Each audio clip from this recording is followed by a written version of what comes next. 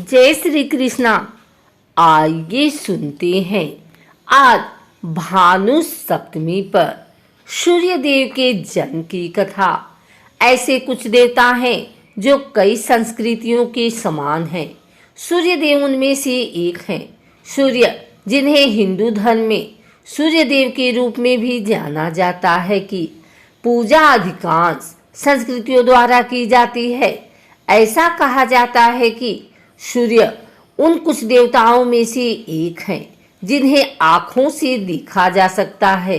यही कारण है कि हिंदू धर्म में सूर्य देव का बहुत सम्मानजनक स्थान है। सूर्य देव की पत्नी छाया, पुत्र शनिदेव हैं तथा पूर्ण परिवार का वर्णन सुनाने जा रही हूँ। सूर्य नमस्कार मंत्र।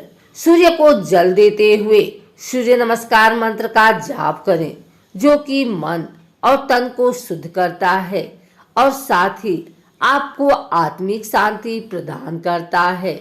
इससे मन शांत और प्रसन्न रहता है। सूर्य मंत्र को रोजाना जाप करें।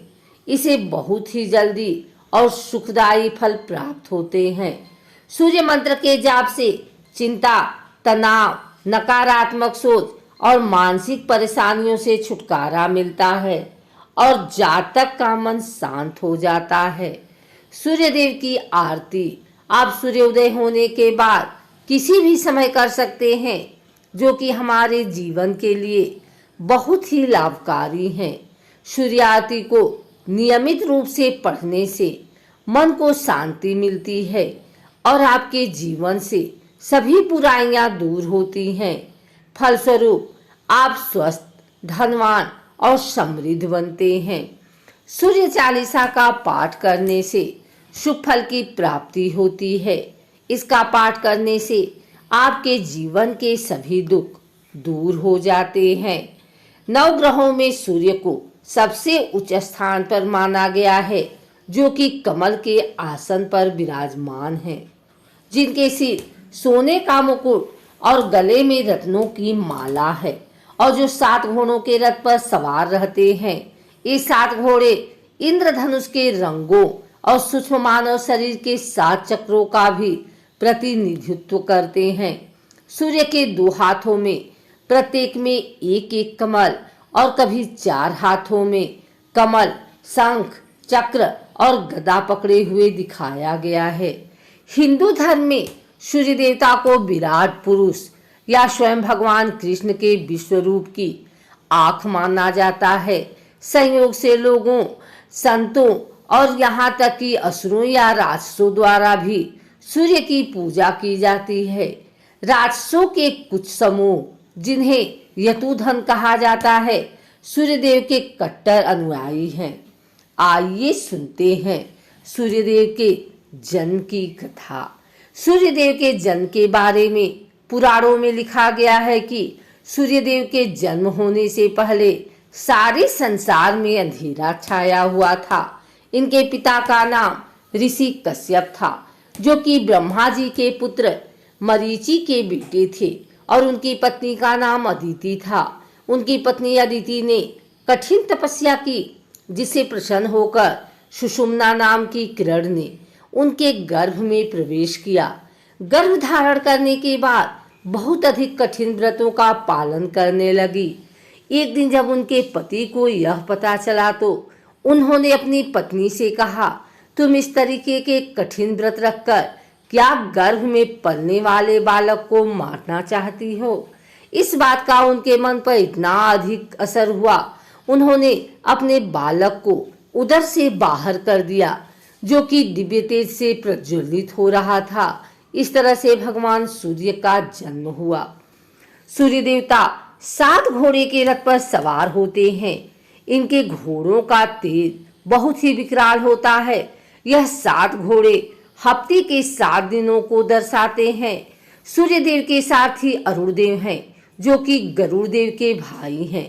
माना जाता है कि सूर्य देव अपनी यात्रा कभी भी समाप्त नहीं करते, क्योंकि इसे बंद करने से सारा ब्रह्मांड ठहर जाएगा। इसलिए वह हमेशा रथ पर सवार होकर अपनी यात्रा को जारी रखते हैं। पौराणिक कथा के अनुसार सूर्यदेव की 2 पत्नियां हैं, जिनमें से उनकी एक पत्नी का नाम संज्ञा और दूसरी का नाम छाया है।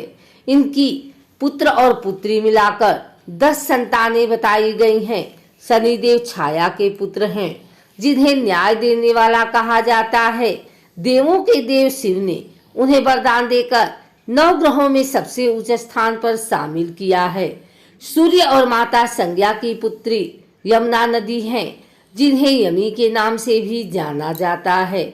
सूर्य के सबसे बड़े पुत्र यमराज हैं। सूर्यदेव की सबसे छोटी संतान रेवंत है, जो हमेशा अपने पिता यानी कि सूर्यदेव की सेवा में रहते हैं। सूर्यदेव के प्रमुख अस्त्र पास, शक्ति और चक्र हैं। तुलसीदास जी द्वारा रचित रामायण में सुग्रीव के पिता सूर्यदेव को बताया है। सुग्रीव ने प्रभु राम को रावण पर विजय दिलाने में मदद की थी। राम भी सूर्य के वंशज हैं, वे सूर्यवंशी हैं। महाभारत में सूर्य का काफी महत्व है। एक काव्य के अनुसार कुंती को क्रोधी ऋषि दुर्वासा से एक मंत्र के लिए दीक्षा मिली थी। उसे वरदान दिया गया था कि जब भी वह इस मंत्र का जाप करेगी तो वह एक देव को बुला सकेगी और उसके द्वारा एक बच्चा भी पैदा कर सकेगी। इसकी गंभीरता को समझे बिना कुंती ने सूर्य को बुलाकर मंत्र की परीक्षण किया। सूर्य को मंत्र के दायित्व को पूरा करने के लिए मजबूर किया गया था। उसने चमत्कारिक रूप से उसके लिए एक बच्चे को जन्म दिया। एक अविवाहित मां बनने के विचार को सहन करने में सक्षम नहीं थी। इस कारण से कुंती को अपने बेटे कर्ण को त्यागने के लिए मजबूर होना पड़ा, जो बाद में सबसे महान योद्धा बना। पौराणिक कथा के अनुसार हनुमान जी ने बालपन में सूर्यदेव को पका हुआ आम समझ लिया और वह उनका पीछा करने लगे, क्योंकि हनुमान जी को आम बहुत ही प्रिय थे। जब उन्होंने महसूस किया कि सूर्यदेव सर्वज्ञानी शिक्षक हैं, तब हनुमान ने सूर्यदेव को अनुरोध किया वह मुझे अपने शिष्य के रूप में स्वीकार करें। किंतु सूर्यदेव ने यह कहकर मना कर दिया कि वह कभी एक स्थान पर नहीं रहते हैं, उन्हें लगातार दुनिया भर में घूमना पड़ता है। हनुमान सूर्यदेव का पीछा करते रहे और लगातार याचना करते रहे। तब सूर्यदेव सहमत हुए और हनुमान को ज्ञान देने के लिए तैयार हुए। सभी सूर्यदेव की पूजा करते हैं। सूर्य को बुद्धि, आत्मविश्वास, अच्छी स्वास्थ्य, साहस, नेतृत्व, गुण, स्वतंत्रता, सफलता, शक्ति का दाता माना गया है।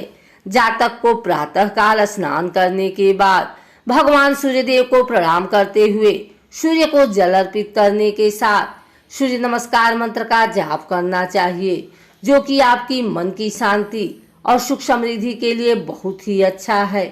सूर्यदेव को सूर्य नारायण के रूप में भी माना जाता है। सूर्य हमेशा से ज्ञान, शक्ति और स्पष्टता का प्रतीक रहा है। उन्हें अंधकार को दूर करने और किसी के जीवन को रोशन करने के रूप में देखा जाता है। जीवन में जागरूकता और ज्ञान का प्रकाश लाने के लिए सूर्य की प्रार्थना की जाती है। 9 ग्रहों का उल्लेख हिंदू धर्म से जुड़े कई ग्रंथों और अनुष्ठानों में मिलता है। यहाँ तक कि बहुत स्थानों पर 9 ग्रह की पूजा भी की जाती है। किसी व्यक्ति पर इन ग्रहों द्वारा डाले गए किसी भी नकारात्मक प्रभाव को कम करने के लिए इनकी पूजा की जाती है।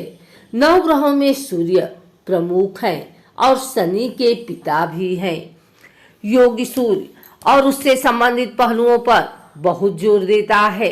जिस तरह से हम जानते हैं और उससे आगे एक सौर चक्र लगभग 12 वर्ष का होता है और ऐसा कहा जाता है कि अगर कोई इस चक्र के साथ खुद को संरक्षित करता है तो वह और अधिक संतुलित हो जाता है और जीवन में कई समस्याएं स्वाभाविक रूप से समाप्त हो जाती हैं। यहाँ तक कि सबसे लोकप्रिय योग आसनों में से एक सूर्य नमस्कार, सूर्य देवता को नमस्कार है। इस प्रकार योग ने किसी के जीवन में सूर्य के महत्व को पहचाना और उससे शामिल तत्वों को शामिल किया जो इससे लाभान्वित होते हैं।